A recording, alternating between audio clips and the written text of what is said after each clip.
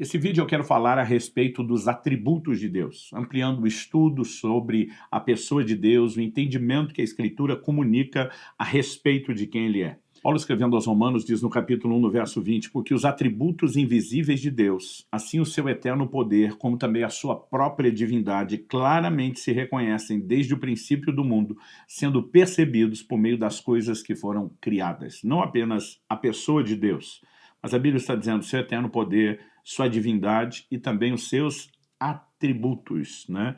Atributos invisíveis. O que significa a palavra atributo? Bom, o atributo é uma propriedade intrínseca ao seu sujeito, pela qual ele pode ser distinguido ou identificado. Agora, antes de falar, né, desses atributos, suas classificações, eu quero chamar a sua atenção que, devido à infinitude de Deus, a Bíblia descreve-o apenas dentro dos limites do nosso entendimento. Em outra aula já falamos, inclusive, sobre antropomorfismo, como Deus vai usar figuras de linguagem humana para tentar comunicar algumas verdades que não são necessariamente literais, mas que nos ajudam na nossa limitação a mensurar um pouco daquilo que ele é, né? O Salmo 147, 5, por exemplo, faz a seguinte declaração: grande é o Senhor, nosso e muito poderoso, o seu entendimento não se pode medir. Né? Reconhecemos que Deus está além da capacidade de compreensão. Um texto que eu acho extraordinário, que aponta a grandeza de Deus, mas usando essa linguagem, né, humana, dentro dos limites do nosso entendimento, tentando escrevê-lo, né, de maneira que caiba nos limites do nosso entendimento, está lá em Isaías, no capítulo 40. Dos versos 12 a 28. Eu quero ler esse texto todo. Ele diz assim: quem na concha de sua mão mediu as águas e tomou a medida dos céus a palmos? É lógico que o céu não se mede a palmo, né? E nem tampouco, né, na concha das mãos se mede as águas. Mas a Bíblia, tentando descrever a grandeza de Deus, nos faz mensurar uma mão gigantesca. Quem recolheu na terça parte de um éfo pó da terra, e pesou os montes em romana, está falando de balança, e os outeiros em balança de precisão, né? Tenta imaginar o tamanho da balança de Deus para colocar os montes nela. Verso 13, quem guiou o Espírito do Senhor, ou como seu conselheiro o ensinou, com quem tomou ele conselho para que lhe desse compreensão, quem o instruiu na vereda do juízo e lhe ensinou sabedoria e lhe mostrou o caminho do entendimento, eis que as nações são consideradas por ele como um pingo que cai de um balde e como um grão de pó na balança, basicamente nada diante da sua grandeza. As ilhas são como pó fino que se levanta. Nem todo o Líbano basta para queimar, nem os seus animais para um holocausto. Todas as nações são perante ele como coisa que não é nada. Ele as considera menos do que nada, como um vácuo. Com quem comparareis Deus? Ou que coisa semelhante confrontareis com ele? O artífice funde a imagem, e o ourives a cobre de ouro, e cadeias de prata forja para ela. O sacerdote idólatra escolhe madeira que não se corrompe, e busca um artífice perito para assentar uma imagem esculpida que não oscile. Acaso não sabeis? Porventura não ouvis? Não vos tem sido anunciado desde o princípio, ou não atentaste para os fundamentos da terra? Ele é o que está sentado sobre a redondeza da terra, cujos moradores são como gafanhotos. É ele quem estende os céus como cortina e os desenrola como tenda para neles habitar. É ele quem reduz a nada os príncipes e torna em nulidade os juízes da terra. Verso 24. Mal foram plantados e semeados, mal se arraigou na terra o seu tronco, já se secam, quando um sopro passa por eles, uma tempestade os leva como palha. A quem, pois, me comparareis, para que eu lhe seja igual, diz o santo. Levantai ao alto os olhos e vede quem criou essas coisas, aquele que faz sair o seu exército de estrelas, todas bem contadas, as quais ele chama pelo nome. Por ser ele grande em força e forte em poder, nenhuma só vem a faltar. Porque, pois, dizes, ó Jacó, e falas, ó Israel, o meu caminho está encoberto ao Senhor, e o meu direito passa desapercebido ao meu Deus? Verso 28, não sabes, não ouviste que o eterno Deus, o Senhor, o Criador dos fins da terra, nem se cansa, nem se fatiga? Então, a última afirmação, não se pode esquadrinhar o seu entendimento. Obviamente, Deus está além da capacidade de compreensão, mas figuras de linguagem humana serão usadas, né, apresentadas nas Escrituras para tentar nos ajudar na compreensão de Deus e dos seus atributos. Bom, em primeiro lugar, eu quero iniciar com a classificação dos atributos de Deus. Seus atributos são vários, é impossível esgotá-los. né? Aliás, quero fazer algo aqui que não costumo fazer nos vídeos, quero recomendar uma leitura que eu tenho certeza que vai te abençoar muito. É o clássico Conhecimento do Santo, de A.W. Tozer. Né? Quero encorajá-lo. Esse livro trata a respeito da importância de conhecer a Deus, apresenta os atributos de Deus, a revelação de Deus, de uma forma muito clara ao seu entendimento, à sua compreensão, e que vai trazer incentivo à sua fé. Voltando aqui na ideia de tentar resumir verdades poderosas, importantes, preciosas, de grande volume, num período menor de tempo, nós precisamos começar pela classificação dos atributos de Deus.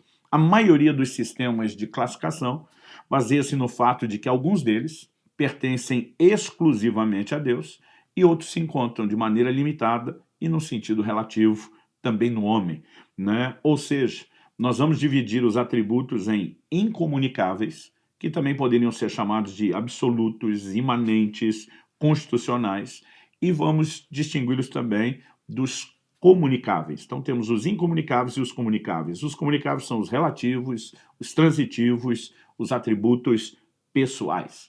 Né? Então, feita essa distinção de classificação, incomunicáveis são aqueles que só Deus tem, comunicáveis, aquele que, em alguma medida, o homem pode participar desses atributos. Nós vamos começar falando dos atributos incomunicáveis. Né? Essa descrição, né, de qualidades que são incomunicáveis, absolutas, constitucionais e pertencem só a Deus e que o homem, né, não pode partilhar. Então vamos começar pelos atributos incomunicáveis. O primeiro que eu quero relacionar aqui é o que nós podemos chamar e classificar de infinitude. A palavra de Deus nos apresenta no primeiro livro de Reis, no capítulo 8 e no versículo 27, a seguinte declaração: mas de fato habitaria Deus na terra? Eis que os céus e até o céu dos céus não podem conter, não te podem conter, quanto menos essa casa que eu edifiquei. Né? Então, nós temos aqui a consagração que Salomão faz do templo ao Senhor e ele reconhece, né? Eis que os céus e até o céu dos céus não pode conter, quanto menos essa casa. Nesse momento, nós temos o entendimento bíblico da sua infinitude. No Salmo 145, no verso 3, nós temos uma declaração que remonta aí ao mesmo entendimento, ao mesmo atributo. Grande é o Senhor, muito indigno de ser louvado, sua grandeza é insondável. Né? Deus é um ser infinito e ele não pode ser medido, mensurado, sondado. Em Atos, no capítulo 17, no verso 24, quando o apóstolo Paulo está pregando em Atenas, ele diz assim: o Deus que fez o mundo e tudo que nele existe, sendo ele Senhor do céu e da terra, não habita em santuários feitos por mãos humanas. Né? Houve um momento onde, de forma, né, limitada e, digamos, também simbólica, Deus promoveu o entendimento de uma casa com a sua presença, embora sendo ele onipresente, ele nunca esteve limitado a isso. O verso 25 diz, ele nem é servido por mãos humanas como se de alguma coisa precisasse. Né? Então nós temos um ser absoluto, completo, né, perfeito em si mesmo e infinitude é algo que cabe só a Deus, de forma alguma se relaciona com o homem. Um outro atributo que nós podemos destacar como sendo pertencente só a Deus é a eternidade. Né? A palavra de Deus nos aponta em Gênesis, no capítulo 21 e no verso 33, né? Gênesis, capítulo 21, verso 33, o seguinte: plantou Abraão tamargueiras em Berseba, invocou ali o nome do Senhor, Deus eterno. Né? Essa expressão Deus eterno fala do sentido pleno de eternidade. E muitas vezes nós nos referimos ao homem dizendo o homem é eterno, no sentido de não ter fim. Mas ele tem começo, ele tem início. Né? O sentido pleno da palavra eterno só cabe a Deus, não tem começo e nem tampouco tem fim. Salmo 92 aponta na mesma direção e diz: antes que os montes nascessem e se formassem a terra e o mundo, de eternidade a eternidade, tu és Deus.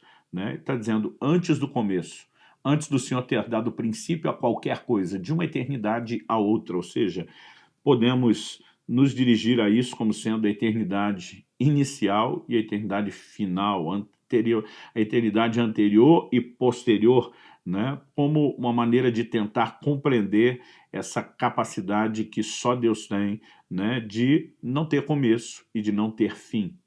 No Salmo 102, 27, a Bíblia diz: Tu, porém, és sempre o mesmo, e os teus anos jamais terão fim. Então, essa característica da eternidade está relacionada a Deus. Em Tito, no capítulo 1 e no verso 2, nós encontramos no Novo Testamento a mesma declaração. Na esperança da vida eterna, que o Deus que não pode mentir prometeu antes dos tempos eternos, e em tempos devidos manifestou a sua palavra mediante a pregação que me foi confiada por mandado de Deus, nosso Salvador. Então Paulo fala na esperança da vida eterna, de uma vida que continua sem fim. Ele diz que o Deus que não pode mentir prometeu antes dos tempos eternos. Então ele está falando de uma promessa de uma eternidade anterior que produz vida para uma eternidade posterior. Na verdade, né, a eternidade é uma coisa só, mas só a título de referência para nós. Não há começo, não há fim. Uma outra característica ligada a Deus, né, ela na verdade acabou sendo mencionada já no Salmo 102, 27 que eu li: Tu, porém, és sempre o mesmo, é a imutabilidade de Deus. Mas além do Salmo 102, 27, nós podemos citar aqui também Malaquias 3,6 e Tiago 1,17. Em Malaquias, no capítulo 3, no versículo 6, a palavra de Deus nos mostra a declaração do próprio Senhor e diz: Porque eu, Senhor, não mudo. Por isso vós, ó filhos de Jacó, não sois consumidos. Quando ele diz eu não mudo, ele está dizendo eu sou constante, eu permaneço o mesmo. Um dos meus atributos é a imutabilidade. Essa declaração, ela também é repetida no Novo Testamento, né? Em Tiago, no capítulo 1 e no verso 17, a Bíblia diz: Toda boa dádiva e todo dom perfeito são lá do alto, descendo do Pai das luzes. Depois se referir a Deus, o Pai celestial. A Bíblia diz: em quem não pode existir variação ou sombra de mudança. Não existe sombra, né, de mudança, variação nenhuma num Deus que é imutável. Outro atributo incomunicável, a onipresença. A palavra oni significa todo, né? Então, onipresença é a capacidade de estar presente em todos os lugares, e só Deus tem essa capacidade, só Deus tem esse atributo, e esse atributo é incomunicável, né? Nenhum de nós pode participar dele. No Salmo 139, de 7 a 10, lemos: Para onde me ausentarei do teu espírito? Para onde fugirei da tua face? Se subo aos céus, lá estás. Se faço a minha cama no mais profundo abismo, lá estás também. Se tomo as asas da alvorada e me detenho nos confins dos mares, ainda lá me haverá de guiar a tua mão e até a tua destra me susterá. O salmista está apontando e destacando que não há lugar algum onde podemos nos encontrar distantes de Deus. Porque Deus não apenas chega em todos os lugares, Ele está em todos os lugares. Só Ele tem essa capacidade e nós precisamos entender isso é um atributo exclusivamente divino e incomunicável. Em Jeremias, no capítulo 23, nos versos 23 e 24, Deus diz: Acaso sou Deus apenas de perto, diz o Senhor, e não também de longe? Ocultar-se-ia alguém esconderijo de modo que eu não veja, diz o Senhor. Porventura não encho eu os céus e a terra, diz o Senhor. Deus não está apenas dizendo, eu conheço, meus olhos acham. Ele diz, eu não encho os céus e terras, minha presença não está em outro lugar. Vocês acham que sou Deus só de perto e não de longe? Onde quer que o ser humano esteja, minha presença lá está, e é por isso que ninguém pode se esconder de mim. Portanto, temos aqui o atributo da onipresença. Agora vamos falar do atributo da onisciência. A expressão onisciente, oni significa todo, ciente, conhecedor, significa que Deus é conhecedor de todas as coisas. No Salmo 139, de 1 a 4, nós lemos assim: Senhor, tu me sondas e me conheces, sabes quando me assento e quando me levanto. De longe penetras os meus pensamentos, esquadrinhas o meu andar e o meu deitar e conhece todos os meus caminhos. Ainda a palavra não me chegou à língua e tu, Senhor, já conheces toda. Duas coisas a serem destacadas aqui. O Senhor me sonda e me conhece, até os pensamentos, aquilo que eu não verbalizei, porque Deus tem a capacidade de conhecer todas as coisas.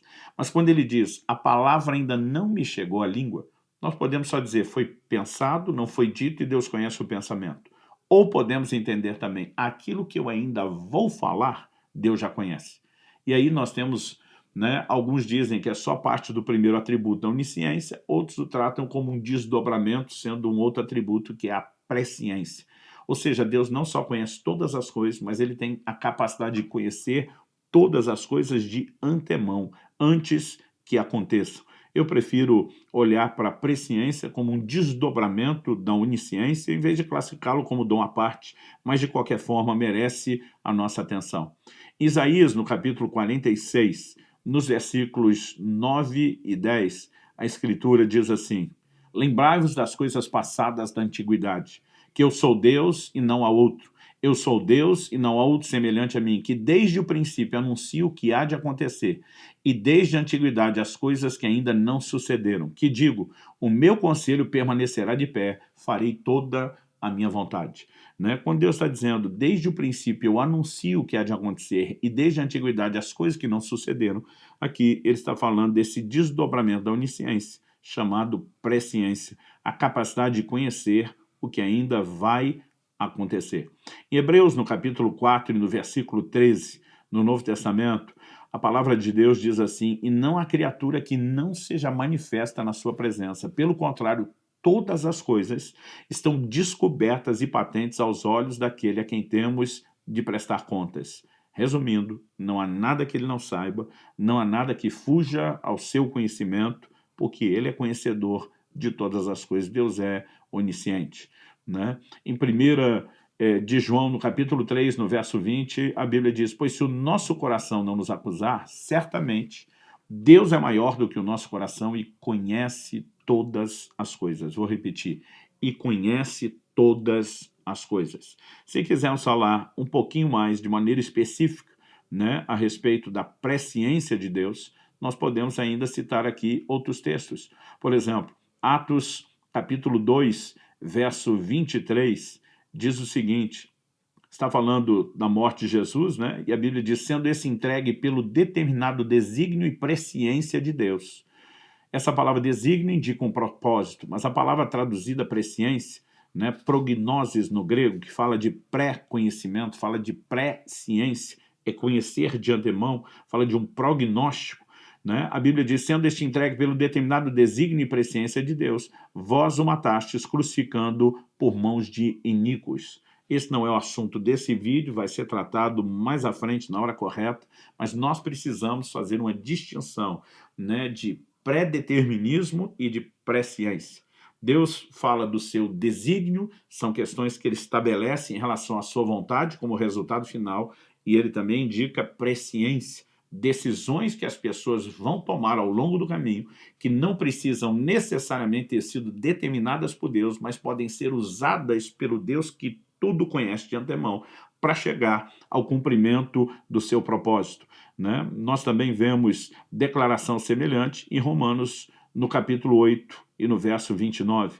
A Bíblia diz assim, portanto, aos que de antemão conheceu, também os predestinou para serem conformes à imagem de seu Filho, a fim de que ele seja o primogênito entre muitos irmãos. Quando a Bíblia fala de predestinar, é destinar de antemão, estabelecer um destino antes de acontecer. Mas quando o Novo Testamento enfatiza a predestinação, normalmente o relaciona com a presciência, aos que de antemão conheceu. Por exemplo, em 1 de Pedro, no capítulo 1 e no versículo 2, nós temos declaração semelhante. O apóstolo diz assim, eleitos, aqui estamos falando da eleição, da escolha, segundo a presciência de Deus Pai, em santificação do Espírito, para a obediência e aspersão do sangue de Jesus Cristo. Né? Temos essa menção aqui não só da presciência de Deus, como um destaque aqui a Trindade, a presciência do Pai, a santificação do Espírito e a obediência e aspersão do sangue de Jesus Cristo. Outro atributo incomunicável de Deus é a onipotência. Só Deus tem todo o poder. No Salmo 91, no verso 1, nós lemos a seguinte afirmação: o que habita no esconderijo do Altíssimo, o que descansa à sombra do Onipotente. A palavra traduzida aqui, onipotente, né, é a expressão El Shaddai. Na Bíblia significa o Deus Todo-Poderoso. Então a Bíblia diz, o que habita no esconderijo do Altíssimo e descansa à sombra do Onipotente, diz ao Senhor. Então o Altíssimo, o Senhor, né, todas são referências aqui a Deus, que é chamado de onipotente, é o Deus que tem todo o poder. Em Apocalipse, no capítulo 19, no verso 6, temos declaração semelhante. Aliás, a própria, expressão El Shaddai, usada no Antigo Testamento, ela é muito repetida. Eu citei o Salmo 91, mas nós precisamos entender que ela é muito repetida. Apocalipse 19, 6. Então ouvi uma voz de numerosa multidão, como de muitas águas e como de fortes trovões, dizendo aleluia, pois reina o Senhor nosso Deus, o Todo-Poderoso. A expressão Todo-Poderoso, mais uma vez, aparece e ela está relacionada aqui à pessoa de Deus. No Antigo Testamento, nós temos muitas ênfases, à expressão de Deus como El Shaddai.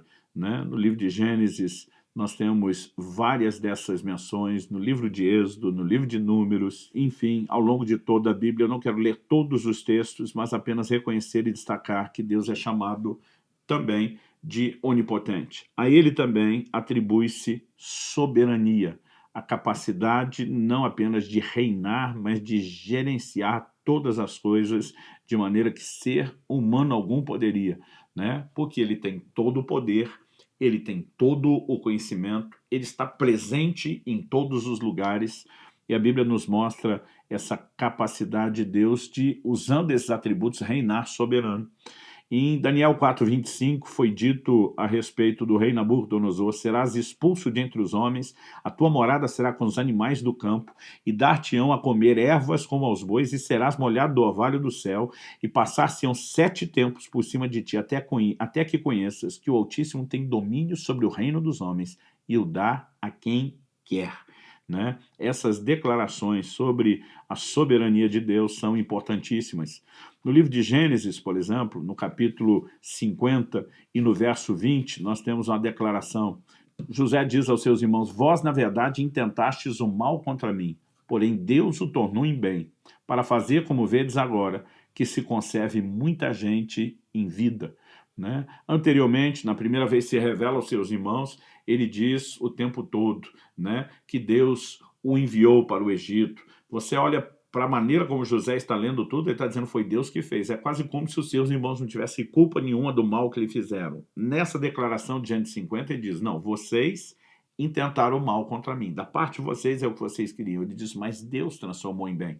E aqui ele fala da capacidade de Deus gerenciar até mesmo as escolhas dos homens, a quem ele deu livre-arbítrio, para que, ele, como diz Romanos 8:28, todas as coisas cooperam para o bem daqueles que amam a Deus, são chamados segundo o seu propósito. Deus tem a capacidade de fazer com que tudo coopere em nosso favor. Eu gosto de brincar que se existe teoria da conspiração, o crente precisa entender, e declarar isso em seu favor, porque ama ao Senhor e está debaixo de um propósito, um chamado, tudo coopera em seu favor. Mas temos, por outro lado, atributos comunicáveis. Aqui nós temos a descrição dos atributos, são chamados de relativos, comunicáveis ou pessoais. Atributos como o amor. A palavra de Deus nos diz em 1 de João, capítulo 4, verso 8, que Deus é amor. Mas em João, no capítulo 13, no verso 34, nós vemos claramente o Senhor Jesus dizendo: um novo mandamento vos dou, que vos ameis uns aos outros. Se por um lado em João 3,16 a Bíblia diz Deus amou o mundo, porque Deus é amor, tem a capacidade de amar, por outro lado, nós vemos a Escritura também dizendo em Romanos 5,5 que o amor de Deus é derramado em nossos corações pelo Espírito Santo. Então esse atributo do amor pode ser transferido. Nós sabemos que um atributo relacionado com Deus é a justiça. Em Gênesis, no capítulo 18, por exemplo, no verso 25, nós vemos Abraão intercedendo diante de Deus por Sodoma, por Ló e os seus familiares. Ele diz: longe de ti o fazeres tal coisa, matares o justo com o ímpio, como se o justo fosse igual ao ímpio. Longe de ti, não farás justiça o juiz de toda a terra. A Bíblia diz: Deus a ninguém tenta, e ele não pode ser tentado pelo mal. Ele é justo, correto, não há forma alguma ou possibilidade de que Deus deixe de ser justo, nesse sentido de que não comete erro, e nem tampouco que ele deixe de fazer justiça. No Salmo 7:11 a Bíblia diz: Deus é justo juiz, Deus que sente indignação todos os dias. Em Hebreus, no capítulo 6, no versículo 10, nós também temos uma declaração de que Deus não é injusto. Agora, quando olhamos para as Escrituras, vemos, segundo aos Coríntios 5:21, dizendo: aquele que não conheceu o pecado, Deus o fez pecado por nós, para que nele, em Cristo, fôssemos feitos a justiça de Deus. Né? Olhamos para Romanos capítulo 8, verso 33, e vemos que Deus nos justificou. A palavra diz: quem tentará acusação contra os eleitos de Deus é Deus quem os justifica. Então, a justiça de Deus pode ser comunicada, assim como a sua bondade. Né? O Salmo 103 começa falando a respeito de benefícios de Deus. Bendize, ó minha alma, ao Senhor, né? E não se esqueça de nenhum dos seus benefícios, diz o verso 2. No 8 a Bíblia diz: o Senhor é misericordioso, compassivo, longânimo e assaz benigno. Está trazendo características da bondade de Deus, assim como no Salmo 145, 9. Em Mateus 19, 17, vemos Jesus dizendo: respondeu-lhe Jesus: por que me perguntas acerca do que é bom? Bom, só existe um. Obviamente, ele estava se referindo a Deus, e aqui Deus é chamado de bom. Logo, a bondade é seu atributo. Romanos 11, 22 fala da bondade de Deus. Mas, quando lemos sobre o fruto do Espírito que nos é transmitido em Gálatas 5, 22, a Bíblia fala de bondade, fala de benignidade, porque são atributos transferíveis. Temos a santidade de Deus. Isaías 6, ele tem uma revelação dos serafins em volta do trono, proclamando: santo, santo, santo é o Senhor dos exércitos. Em Apocalipse 4, 8, João tem uma visão semelhante dos seres viventes, proclamando noite e dia sem cessar: santo, santo, santo. Nós sabemos que esse é um atributo relacionado a Deus, e o Novo Testamento pontua isso com muita clareza. Né? Por exemplo, em 1 de João, no capítulo 1, no verso 5, a Bíblia diz: olha, a mensagem que da parte dele temos ouvido é essa, que Deus é luz e nele não há treva alguma.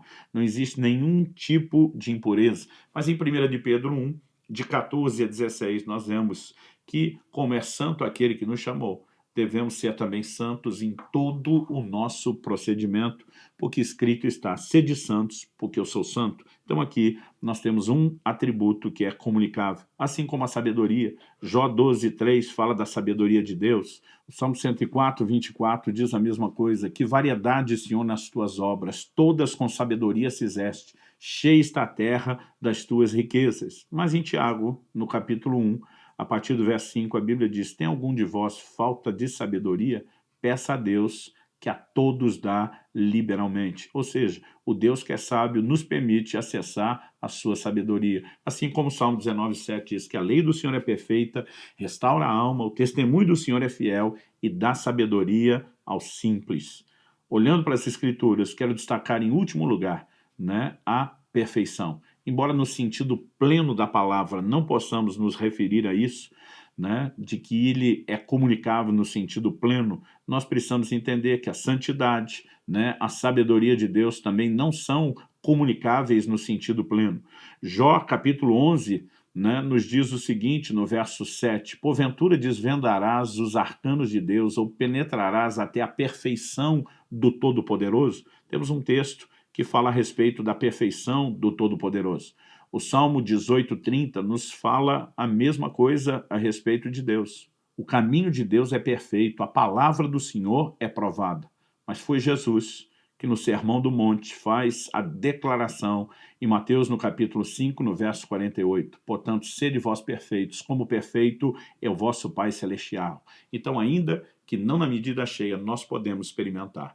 Esses são alguns dos atributos de Deus claramente identificáveis nas Escrituras e que dividimos, né, entre atributos incomunicáveis e comunicáveis. Os incomunicáveis nos devem levar ao reconhecimento da grandeza de Deus. Os comunicáveis devem nos inspirar a buscá-los, a receber essa transferência da parte de Deus, vivendo transformação e refletindo Deus na terra, como diz Efésios capítulo 5, verso 1, sede imitadores de Deus. Que Deus nos ajude a entender seus atributos para crescer em admiração, louvor, adoração, respeito e honra a Ele, os incomunicáveis, e quanto aos comunicáveis, para sermos inspirados a reproduzi-los e manifestá-los nessa terra.